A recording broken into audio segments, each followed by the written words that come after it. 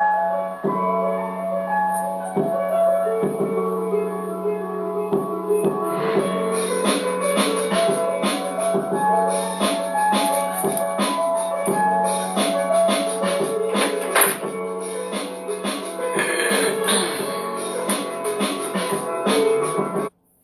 sis.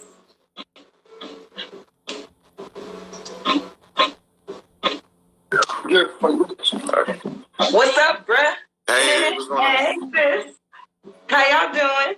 Doing good. How are you? That's good. That's all right. All right. Background music got to go. Yes, I had to hype it up while we was waiting. You know what I mean? Yeah, yeah. You know what I mean? Shoot.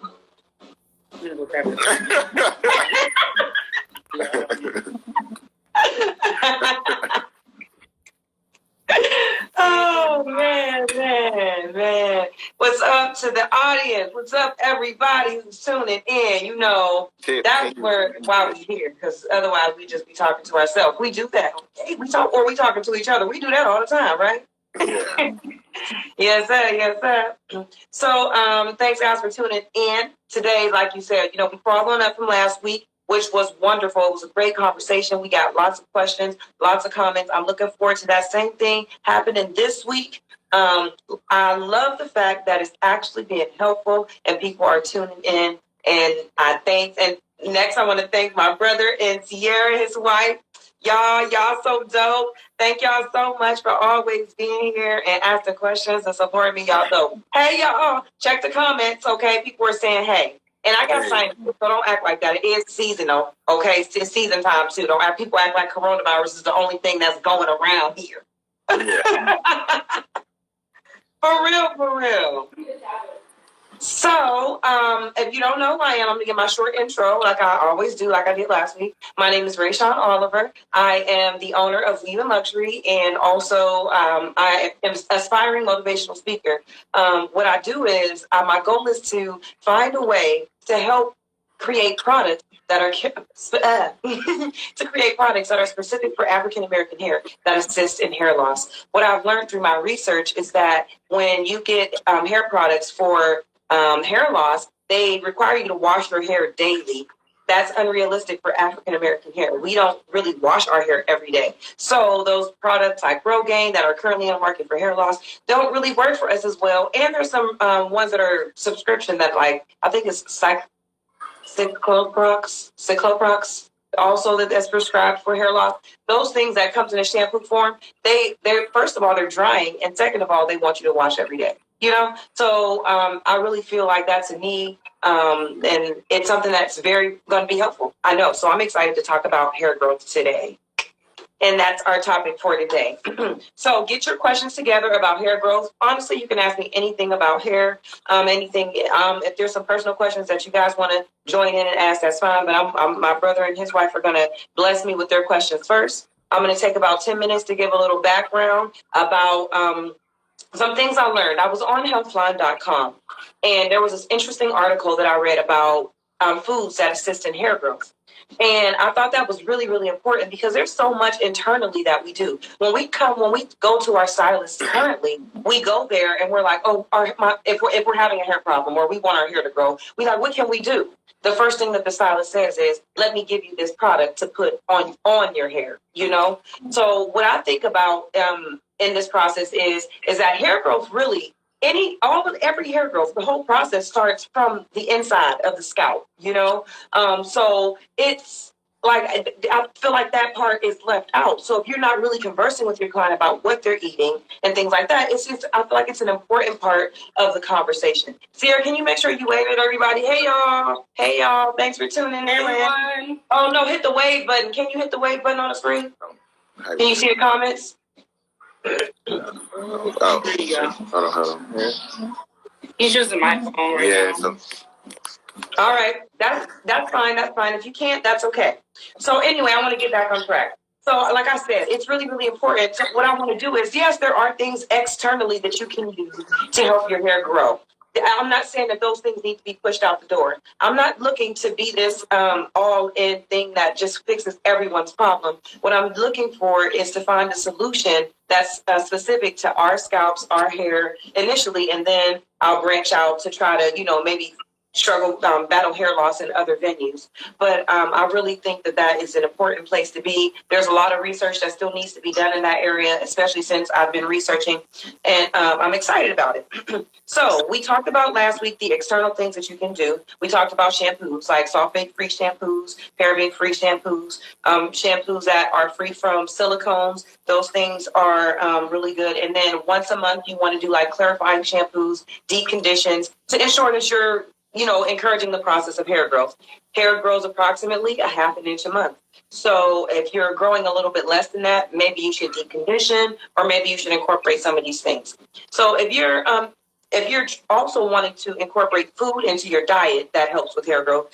Some of the things that are on that list, I've been practicing veganism just a little bit, not necessarily to become a vegan, but I just want to like taste the vegan food. It's lots of it's damn good, FYI. Just want to tell you that it's so good, but it really switches up the palate.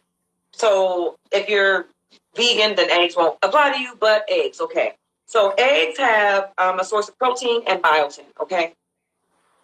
Throughout research, I want to be the first to say that I used to suggest biotin to my clients until I began more research. And that was just like a few weeks ago, 3 weeks ago, I learned biotin doesn't necessarily have it doesn't have any like backup. It doesn't have any backup behind it. No one's actually proven it doesn't. The research that has been done didn't prove any. It was like inconclusive. It didn't have any real specifications to hair growth. So biotin is something by marketing that has become popular for hair growth, but it doesn't necessarily actually show proof of that. So I don't want to promote biotin, but I do want to say they did add that eggs do have biotin in it.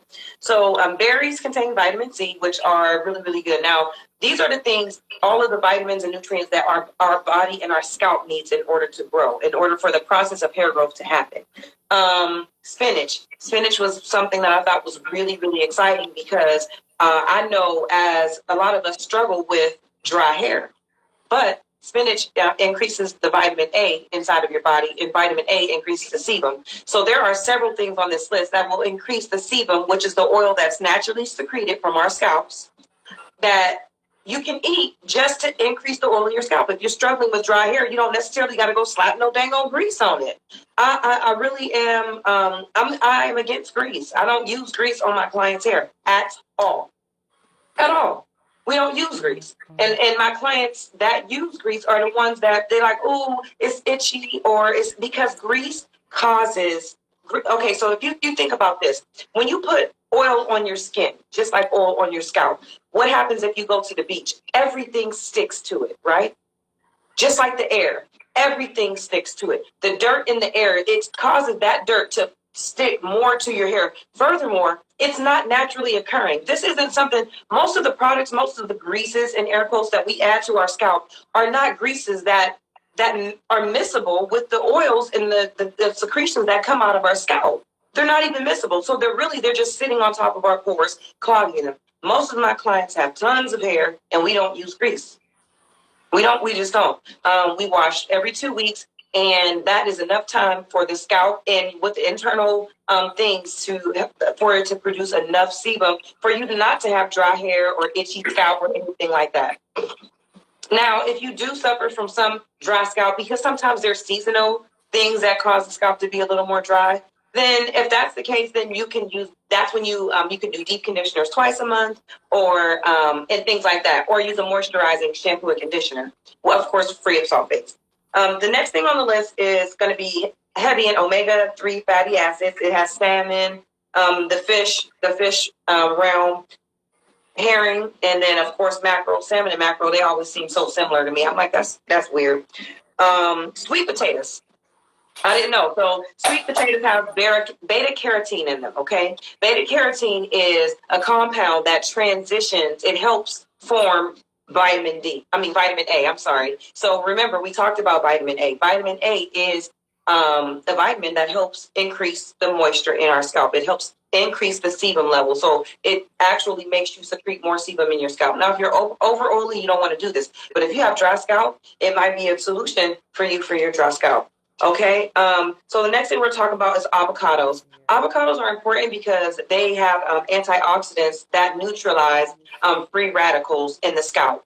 Free radicals, they like, just to give a simplistic explanation of them, free radicals are things that just jump in and like mess up. It's like the pinball that want to come in and mess up all of the other things that are all aligned. So while everything is working fine, the free radicals just come around, just fucking shit up for real, you know? And so when you use avocados and things, it also decreases the free radicals. So therefore, it decreases the amount of formation of DHT, which is a hormone that causes the loss of hair and things like that. All of the bad stuff. Okay, so they got some like sunflower seeds and nuts, almonds.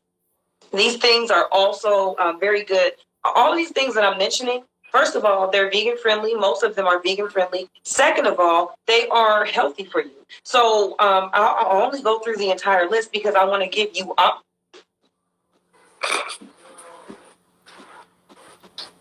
Really? I'm being funny. Some ice. That's all. Hell yeah, break that ice, girl. You know I be getting on it, but I don't know. You know, hopefully it's helpful. Again, you know, I be want to be helpful. You know. I'm being funny. Go ahead. All right. So we were talking about nuts, flaxseed, chia seeds. All these things are vegan friendly, and you can eat them. They're high in omega-3 fatty acids, and it's gonna help your hair grow. So did you know, fun fact, that sweet peppers, one sweet pepper provides more vitamin C than an orange? It does. And it increases collagen. So that means that collagen is, it helps, that means that hair gets stronger and also our skin stay taut. So a sweet pepper a day keeps those wrinkles away. So the next thing on the list is oysters. Now, this is one that is high in zinc. Zinc is important because it helps with hair growth and repair. But I want to be warning, you want to just really internalize zinc. You want to use zinc, you want to obtain from your diet. It's not something you want to force into your hair because too much zinc can cause your hair to fall out. So, and your body naturally excretes if you take too much zinc in, your body naturally excretes the zinc that's not necessary. And you know what I mean? So, zinc is important if you're suffering from severe hair loss and you're seeking professional help, or speaking to a trichologist or a dermatologist, a cosmetologist, any of those three, a combination of those. That's what you want that's when zinc comes into play because it can be detrimental. All of the other things like the avocados, those are naturally occurring and your body will do well with it, but you don't want too much zinc because it can cause breakage. Let's see.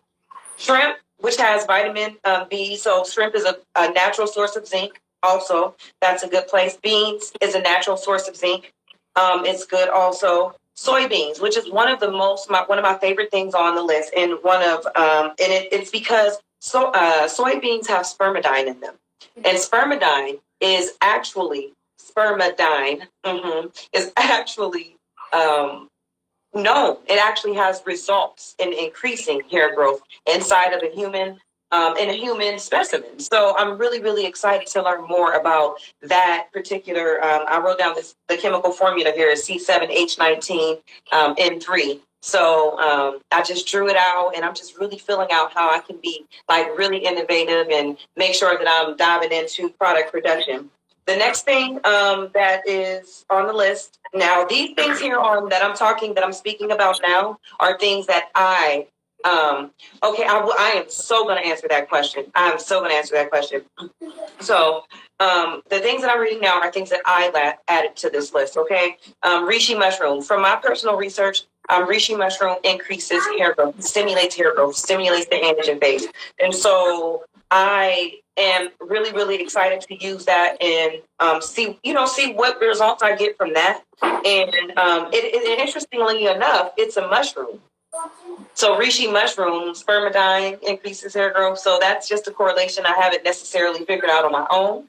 But I do want to do my own research to see if it is a correlation between reishi mushroom. Because they give some specific mushrooms here. We got maitake, oyster, and then snow mushrooms also have the spermidine in them. But I want to specifically use reishi mushroom. But also aloe vera. We all know aloe vera is healing.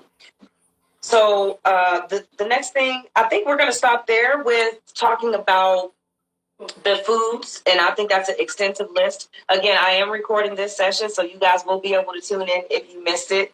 The first question that I already have on the screen, if you don't mind, bro, I'm going to go ahead and answer that question, and then you'll get to go next. And the question is, what is your take on biotin?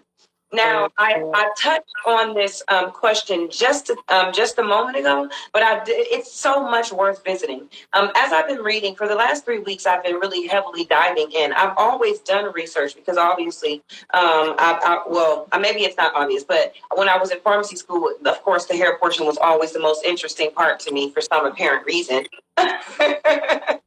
And but I recently learned that a lot of the research that has been done with biotin has not proved any results in hair growth.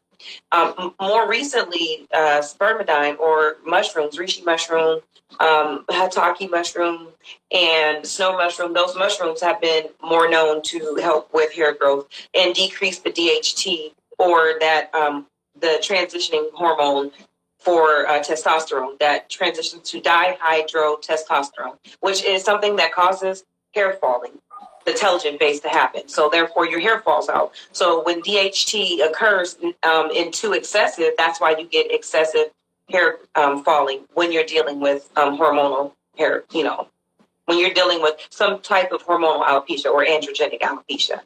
So biotin doesn't necessarily have any proof. That's my take on it. Until I do my own research, I'm really excited that there's been some research done with the mushrooms, and I'm also excited that there's been research done about spermidine because that gives me a direction to travel. That gives me a theory to test, and back that up. It's amazing that I went to school for biology and chemistry, and I did not think. I was like, man, I done wasted that damn degree. I done spent all that money on this degree, and I'm not using it. And now I'm like using it to its max. I'm using it in a way that really is going to be the most beneficial. The problem is finding the people that are in the realm to assist with this process. It's really hard when you don't know what you don't know.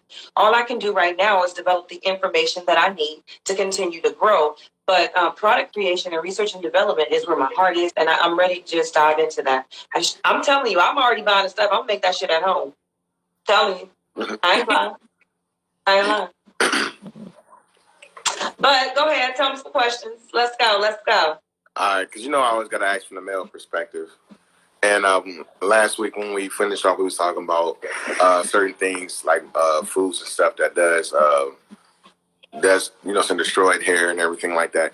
So what would be some suggestions of product, like not products, but foods that you would intake for the human body, for a male's perspective, to pretty much help that hair grow for them? Okay, so that's a wonderful question. Thank you so much. I love when you bring it back to my, to our males, because they are so important and so valuable. I love Black love. That's just like a moment of everything to me. I'm just saying. And but anywho, vitamin A, the vitamins that I mentioned are really conducive to everybody. So when you're doing those things, that is really vitamin B, vitamin C, increasing in the intake. Those things but nothing is going to change your testosterone levels. Does that make sense? Right. Mm-hmm. So what I'm looking for is a hormone that there's no foods that counteract DHT in the process of that enzyme transitioning. So when I was explaining it last week, what happens is I'm trying to make it simple as possible. So what happens is you got testosterone naturally occurring. In males, it's occurring a lot because we know that males naturally have more testosterone. So there's an enzyme, that alpha 5 reductase, that binds to this testosterone, and when it comes out, it changes. Once it binds to that testosterone, it becomes dihydrotestosterone. And that's why you guys get more of that dihydrotestosterone. What I want to do is come out with shampoos and conditioners that combat dihydrotestosterone. So therefore, it would be an asexual product. It would be fighting an enzyme in a process of the scalp and the pores rather than fighting a male and a female version of this particular problem. Does that make sense? Okay. All right. Mm-hmm. And then, oh, you want to ask me something? Yeah. Right. Oh. Okay. Keep yourself hydrated. Like, yeah, does you think that has something to do with hair growth? Like, keeping your skin? Go ahead. Go ahead. Okay, so my question is, you believe keeping yourself hydrated have something to do with hair growth? Yes. So, does hydration, one of the most important things to hair growth. If you when you are hydrated, your pores remain dilated, your blood circulates, and the blood circulation is important in hair growth. Our hair follicles, if you've ever noticed somebody who is anorexic or severely dehydrated, the first things that suffer are like their nails. The nails get cracked, the hair gets brittle, because those are the most outer extremities. Most outer extremities. Our body is going to try to keep them. All of our important organs, the most important organs, are in the center of our body. So it's going to be pulling all of the moisture from those things. So if you're not giving yourself enough moisture for your nails and your hair, then your body is pulling that moisture. Your heart and your lungs and your arteries, they're going to get that moisture. They're not going to slack. That's why you get the people who have severe hangnails. Most of the time, if you have severe hangnails, it's because of moisture. You need to increase your moisture, not necessarily externally, but internally. Internally, eat more things that increase vitamin A, like I talked about, like the spinaches, like the beans, things like that. And really, also, I did say there was no foods, but I meant to say spermidine is something that you can use, and that is in soybeans. And it is in, I have a list of things that's in. Of course, I would love to just keep it all in my brain, but it's also in the mushrooms. It's in corn. It's in whole grains. So I do want to it's in pears also. So a fruit. So I want to reiterate that if you do want to try to combat the testosterone or male pattern baldness, and you want to try to increase some hair growth, those are some, spermidine has research that it improves hair growth, and the foods that would have those things in are the ones I just mentioned. Pears, soybeans, whole grains, corn, and mushrooms. Specific mushrooms, satachi, the snow mushroom, reishi mushroom, I believe. But again, that one is still research. It went on the list, but I believe it is. I really do. Okay.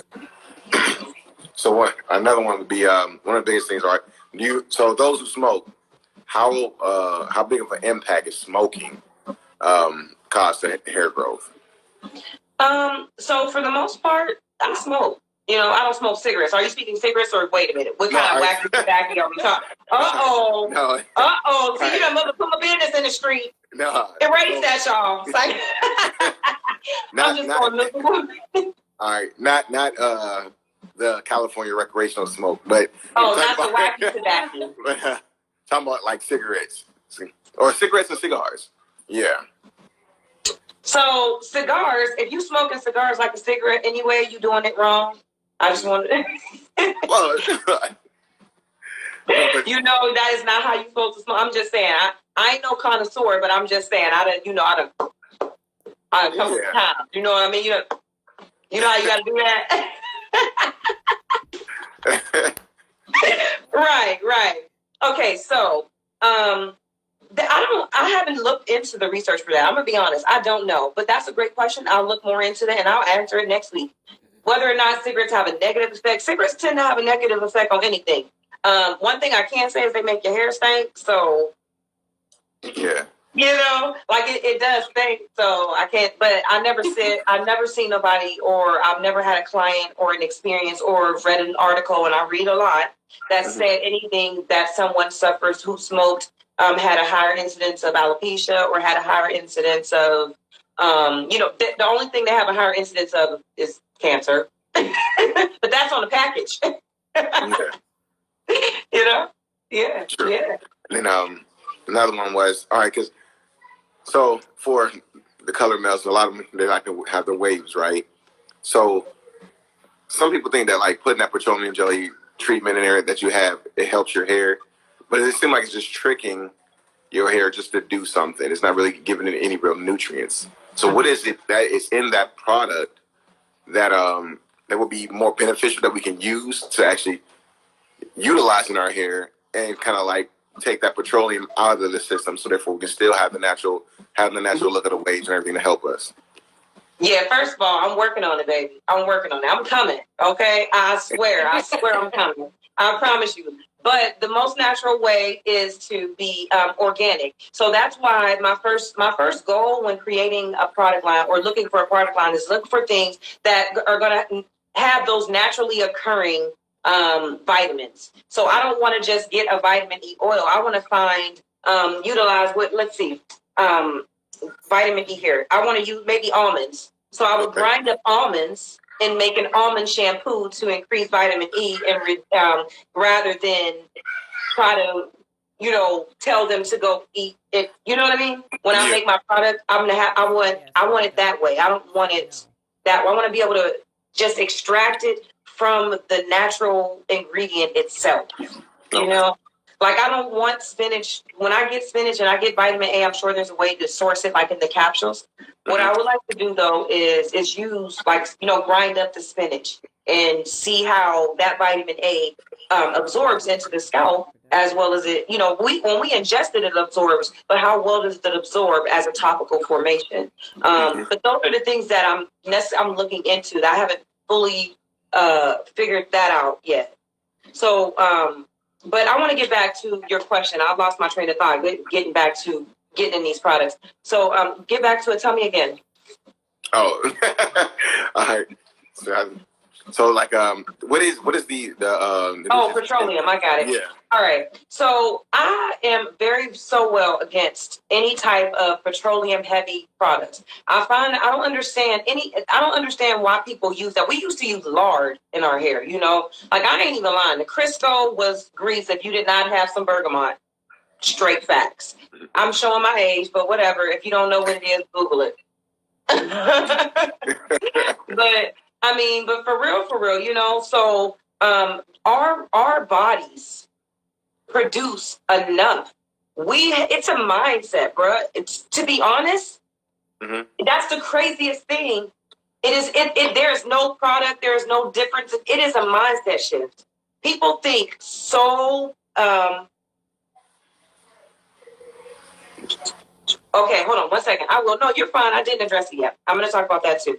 But so many people, they want an external, some quick fix. But it's a mindset. You got to convince yourself that I can do something internally to help my body produce more because our bodies are self-sufficient. The human body is so powerful. But we, as humans, are so geared in everyday life to go to anything. We have a quick fix for everything that it is. We want the easiest way about it, the easiest way to everything. Google Map, but it's the way we're bred. We used to have to use a map. Now it's just at the click of our finger. We used to have to heat our food on the stove, and now we put it in the microwave. So I get the urgency, but it's a more healthy way. If you are just internally taking care of your body, you can really make a big difference with your hair. It's just like with your body, though. I don't want to just use that with the hair. That's a great time to address your internal body. If you are really doing a lot to take care of your insides, you'll get a better reflection outside also. So that's with everything you do. It doesn't just come with hair. That's what your hair is, this universal conversation. That's what the motivational hairstylist kind of comes around because what do that's what I do in order people don't only just feel beautiful on the outside. Sometimes people come in, you could do all of their hair, their makeup, they can have everything done and they got to go on stage miserable. So being a hairstylist is more about making that heart feel good. So when you go out there, you're ready to face the world in a different light, in a different beauty. You know what I mean? So It really is. But I don't know. I want to change the mindset. Maybe that's going to begin with me just speaking to women and educating them about how they can naturally infuse moisture into their hair rather than painting this grease on it and clogging their pores. I mean, and it's, I mean, I'm telling you, people are not, they don't take information well.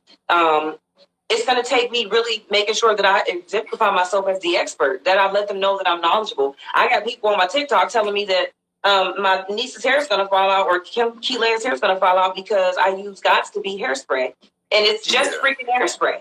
You know what I mean? And they don't even know that this hairspray it's made in, it was originally made in Ireland. It's not even made in the United States. It's not even for black folks. Got to be glued. If you go to the website, it's a white boy with hairspray in his hair. They say spray it on your hair and spike it up. It's not even for that. So it just tells me that somebody else needs to be out here educating because they're not. If so, that video that I'm talking about has 1 million views. Okay, 1.2 million views.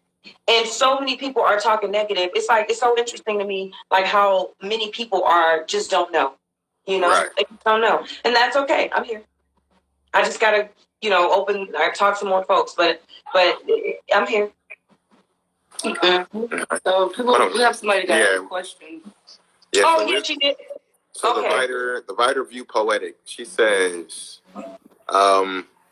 but what about protein conditioners? Beneficial? Question mark.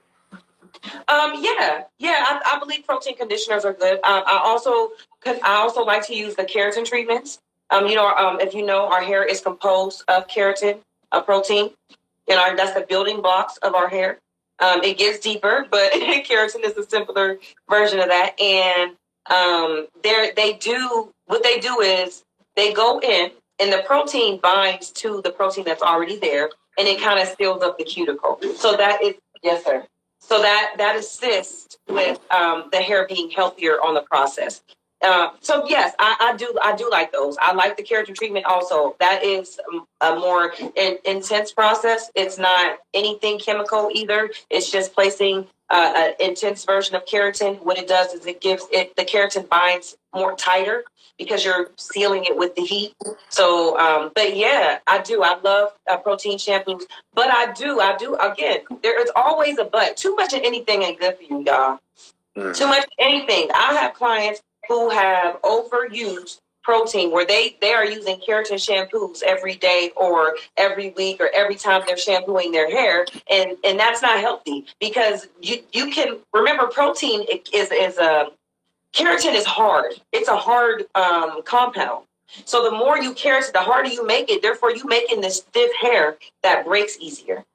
So it is not meant to be this something that you use every week. If you're struggling with some hair growth or if you're struggling with like thinness and you want to girth up your hair, or if you're struggling with a little bit of shedding and you want that protein in your hair, you want to help your strand of hair be a little stronger, or if you've damaged your hair and you want to use a protein shampoo to some of that damage, I recommend that. But yeah, so yeah. That was the answer. Okay. What else you got, baby? Is there a certain age where hair stop growing? Oh, wow. That's difficult. I know there's a certain age that hair slows, and that correlates with our body growth. It correlates with the individual time. Again, just like all of us, we can do things to extend that process. When you're maintaining your health physically, you're maintaining your hair capability of growth. So those things definitely matter. Okay, sounds good. I have another question for you. Do you think frequent trims? How often do you think we should trim our hair? Right. Oh, yay. I love this question. This is one of my favorite questions. All right. So first, I'm going to start the question by saying, if you're going to get a trim, there's 2 ways to know whether or not you need a trim, right? Because sometimes you're like, well, do I even need my haircut at all? So if you're natural, yes, you need trim. If you're whatever else other than natural, I don't know why, because you have a relaxer, but for sure a jerry curl or any of those other things. But yes, you definitely need to trim. So if say you're looking at your hair and you're finding these little tiny pieces of hair fall all over, like in the, and you're just tired of those little pieces, that is a sign that you need a trim. It's a sign that you have some split ends, and that it's time to get a little bit trimmed off. And I say a little bit, okay? The other thing is if you're having long strands fall out, that's a sign of an internal problem.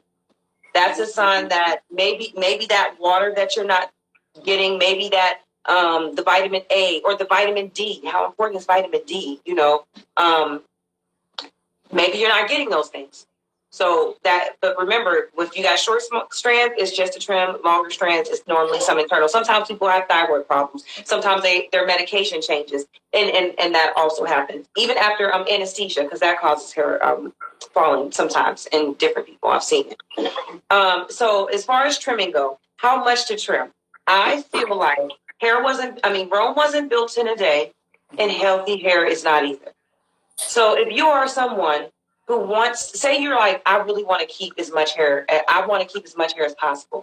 What we will discuss is the amount of hair that needs to be trimmed in it. All of the hair that needs to be trimmed. We'll talk about it. I'll say, you have maybe 3 inches of damage, let's do that. You have about this much damage, but how about we start with a 1/2 inch and we do layers to match that 1/2 inch. And I guess I can't explain layers, but that's what I would do in order to give them, and that will pause some of that shedding, because when you do the layers and everything, layers don't take away from their length. You take a 1/2 inch from their length and a 1/2 inch from the layers, and that gives them an overall healthier head of hair, and it gives them some more time. How often should you do this? If your hair is when that hair begins to start shedding again, I think it's about every 3 months. Okay, that's what I recommend for my clients. You should not be getting your hair cut every month. Hair only grows a 1/2 inch a month. If it grows a 1/2 inch and you're cutting a 1/2 inch, then you're not getting no growth. That's why you stand with no hair. So the frequency is every 3 months. How much you should get cut off is I recommend about a 1/2 inch, unless it's really, really bad, or unless the client has a lot of hair. If you got a lot of hair, cut it all off. Cut off. If you got hair down your back and you want to take 3 inches off, that is nothing. So sometimes it just depends on the client. Sometimes your client just wants their hair healthy, and they're like, I just want it off, period. Just please, I don't care how short I got to go. So just make sure you're consulting your client. I know I talked about how important consultations are. Talk to your client. Ask them what they want.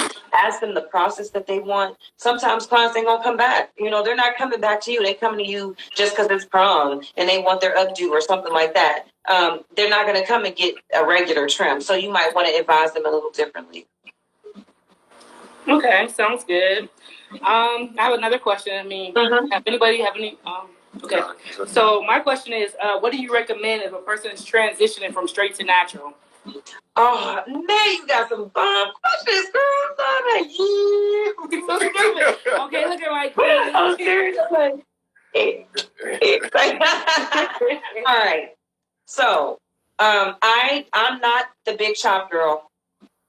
I do not. I stick to healthy hair wasn't built in a day, and roommate wasn't either. I stick to that. If you grow it out gradually. And just you smooth your natural hair out in the roots, and you just continue, because you're going to have to get used to that feeling anyway.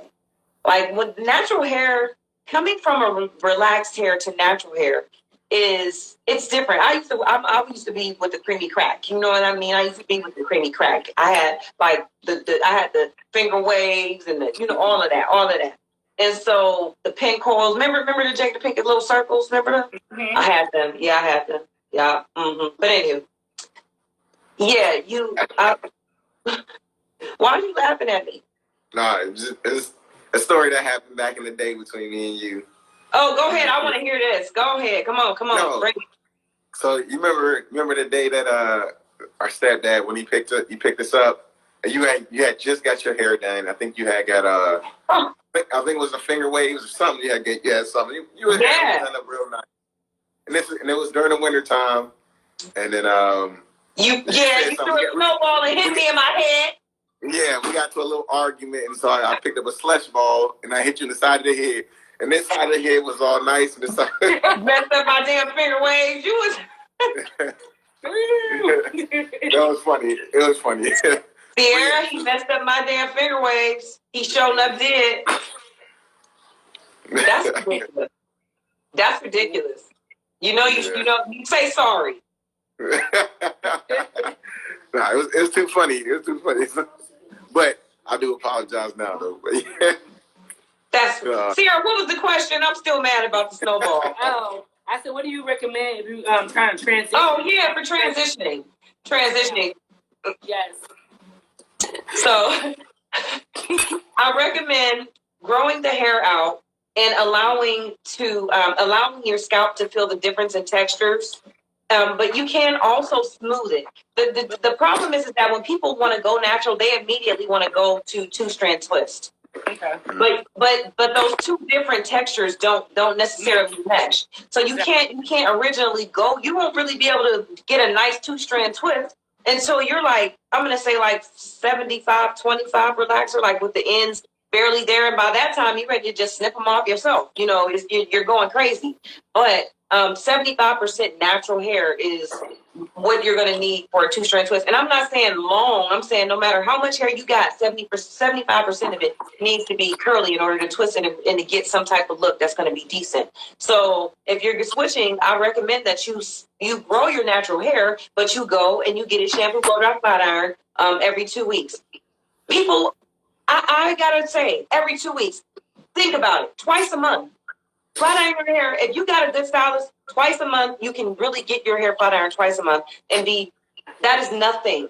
And if you keep that natural, those two textures, you keep your natural hair smoothed out with the flat iron, you wear it and you begin, and then it doesn't give that breakage line. I think that is the biggest issue between growing your hair out. And when I say breakage line, I mean the partition between, or that exact line between hair, the natural hair and the relaxed hair. Okay. So the closer we keep those textures, the better, the easier it is that it doesn't break. So if you think about it, if you have this limp hair on the end and then you got this curly hair up here, this limp hair is constantly like this. You see what I mean? Mm-hmm. It's constantly like this. But if all of the hair is smoothed, it's moving in a formation that causes less breakage. So what you do is, you can round brush your hair, or you can you flat iron it. Don't flat iron your hair every day. I don't recommend it. If you're not going nowhere, don't flat iron it. If you're really take time, deep condition your hair and grow your natural hair out. Be patient. Patience, okay? I'm telling y'all, if you want to be rich, you need to be what? Patient. You need to be persistent. Mm-hmm. Okay. Patient. What is it? No, it's patient, persistent. Oh my goodness. I hate when I do that. Prepare, babe. There it goes. Okay. Prepare. Okay. Patient, persistent, and prepared. And that is my 3 P's. I always lose the last P, depending on how I say it. But yeah, that is what it is. Just be patient. And you will achieve that. You do those things. Give a regimen. Document yourself. Don't and hair does go into different phases. Different follicles on the head fall out and grow at different times. I was gonna ask about that. Okay, so I have another question. You know, when like kids are young, or like say if you had a brother cut your hair, who took some scissors and cut your hair. You ever hear people say, "Oh, you gotta cut your hair off, baby," and all that? You really do you have to cut your hair off, or you can let it grow out a little bit and then till it gets to that limp, and then you cut it? You know what I mean? Yeah, that hair will naturally fall. Okay. That hair will naturally fall because our hair replaces. We don't have the same hair on our head. Every 7 years, our hair replaces. So, by the end, okay, if you got it on there for 7 years, you might have your hair on your head for 7 years. Some folks who grow it, they grow it down there for 10 to 20 years. But what I'm saying is, by that 7th year, you've replaced this hair. It's grown out and grown out. Some hairs have fallen. Some hairs have regenerated. Not in this straight line. People think that hair, like it just grows and grows and grows, and then this falls off and then this comes back. It's not a straight line. You get this strand, like all of the density of the hair decreases and increases at the same time. So the same amount of hair that's falling is those same hairs are growing at the same time. So that's why you're not losing density. What happens in hair loss is that process is it either lasts longer than what it's supposed to, so you lose too much hair, or you lose more hair than what you're supposed to in that process. That's what happens during hair loss. So yeah. What else? Can you recommend some good oils for your hair? So let's see. There's this new hair growth oil that I haven't used it yet, so I won't recommend it, but it does have good results. It has great reviews. It's called Hollywood Hair.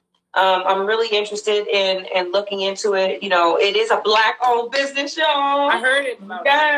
Yes. So I just want to, again, like, that's greatness. It's enough out here for all of us, and I would love to one day experience something as great as what she's experienced and create a product that also, that correlates and also innovates as well as hers did. So I would like to try that out. I also, I like natural oils. I like avocado oils that you can get from your health food store. I like, I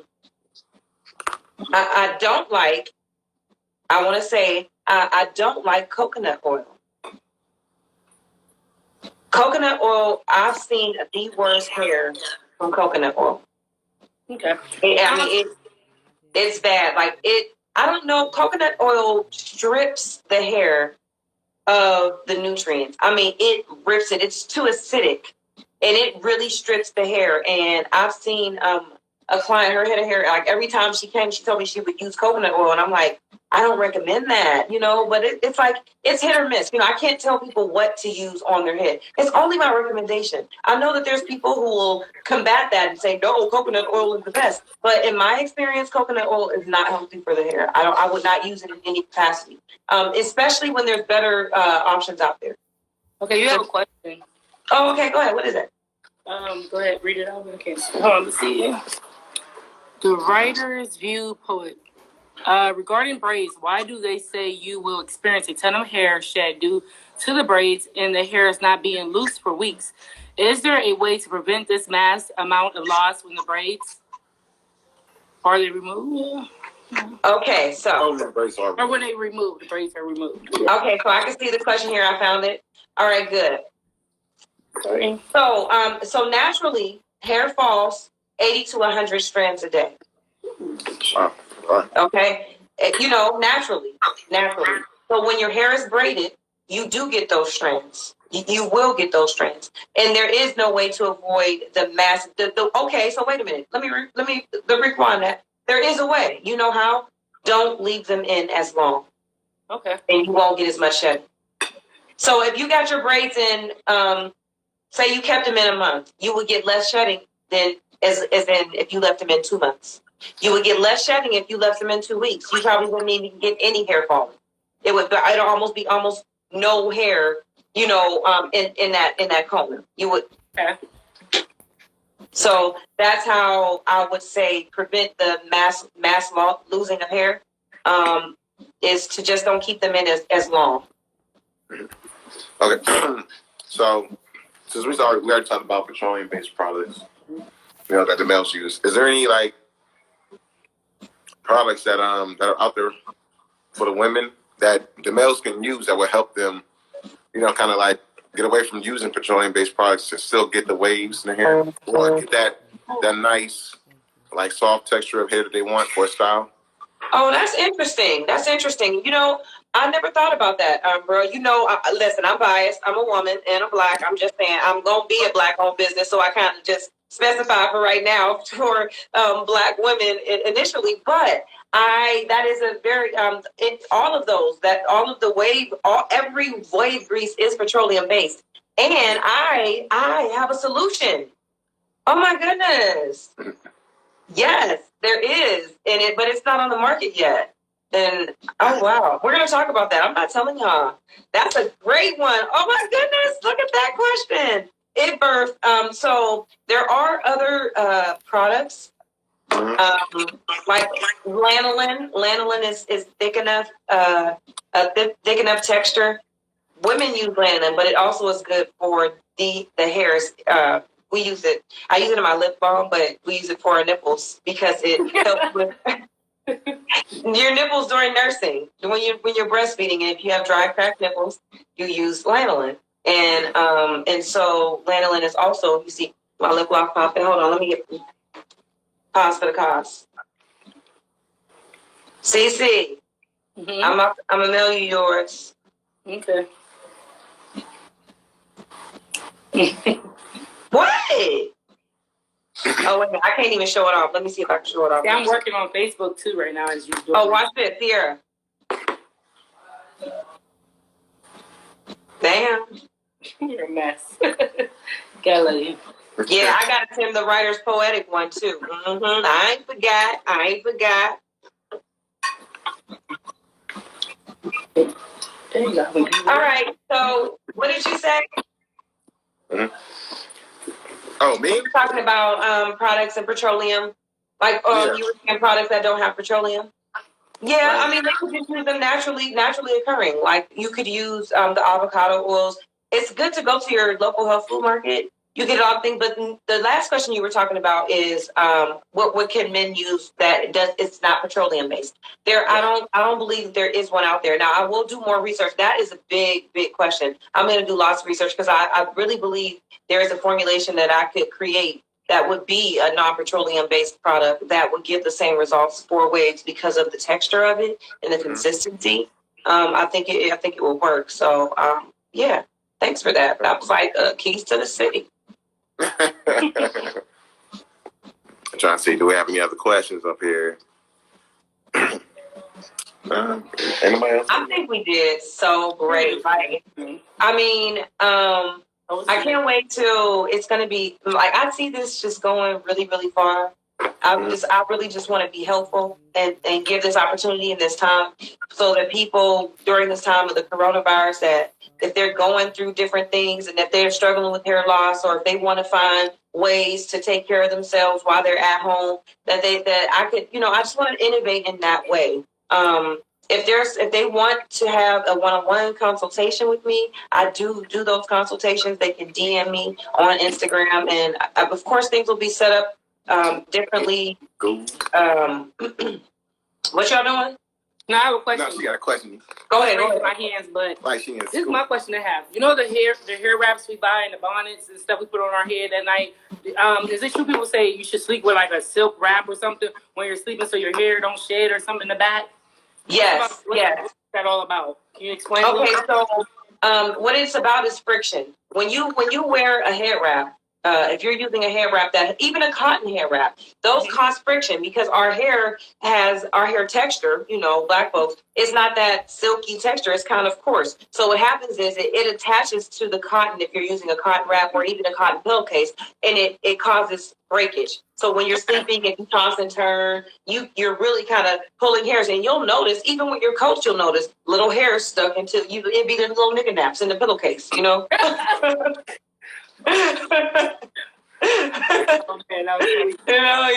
So the silk wraps definitely, because what it does is when you're moving and you're tossing and turning, it just slides, it glides against the hair. It doesn't pull and tug on the hair. Okay. So yeah, the hair wrap you use, your pillowcases, all of that matter. Now I know all of us cannot afford no dang on silk pillowcases, but I guess I'll create a YouTube video because you create those on your own. It's like 3 seams. It's very, very simple. If you have a sewing machine, you can do that, but I'm going to show you how to make silk. Yeah, I'm going to do that for my YouTube channel. I'm going to need some dang on help because all of this stuff that I do, you're doing it by myself. Okay. Yeah. All right. But you're getting it though. Doing good. You think so? Mm-hmm. I'm trying, y'all. I'm trying. I'm working my little tail. We can tell you've been reading. Yeah. Oh yeah, girl. I don't even. I can't not. I sometimes I have to like make myself do something else. Yeah. Well, guys, I want to thank you so much, so much. I'm so grateful for all of the questions. I'm grateful for you guys listening. I am hoping that this is helpful. If you have questions still, leave them below. I'm going to try to get them. It's not as easy to get the questions afterwards on the lives. I'm going to try to get through that and write these questions down. I want to create blogs and information that so that you can also still get and learn this information and still dive in and all these extra resources to help you understand your hair, understand your body, and just get beautiful, healthy hair. So I thank you so much for tuning in. Again, subscribe to my YouTube channel. Follow me on here on Instagram. You can also follow Weave in Luxury. You know, I was just shopping. This is Weave in Luxury, y'all. And and I be TikTok, and we talked about that. Pinterest. I'm on all the social media platforms in order to be helpful. You know, I just want to make sure that I'm spreading my voice everywhere, and I'm making people laugh and smile and educating and doing all of those different things that we need so much of in this time of need. Oh, podcast. I just shared my podcast to Facebook, guys. This last podcast that I did is it's a COVID-19 random conversation, and the conversation is specifically about it's called what the hell next? What's next? Like what the hell's next after COVID-19? And so I dive deep in, and I just share, open up my experiences and how it's affecting me personally, and I think it's really beneficial. Hopefully, you guys can tune in and check that out. And it's one of my favorite. It's one I think I like the podcast, like the realism that comes along, being able to not. Let me talk about my face. You see this? There's something so red right here. I've been doing this aloe vera thing for my YouTube channel, and you can't use, I guess, aloe vera every day. On this part, made it too red, so I gotta do only my cheeks now. Yeah, but anyway. You guys will see the results on YouTube. Yeah. I want to thank Alvin and Sierra. Y'all have some excellent questions, man. Next week, we'll be here. We're going to be talking about maintaining that healthy head of hair. We're going to be talking about, that's really going back in. I guess we're going to reiterate exactly what we were talking about today, really diving in for those who didn't tune in last week. This will definitely be posted to all the social media platforms. It's recorded. I appreciate you guys tuning in. I thank you again, Alvin and Sierra. Y'all is awesome. Thank you. Yeah. Yep. All right. Well, guys, I'm going to get y'all going. I'll talk to y'all soon. Bye-bye.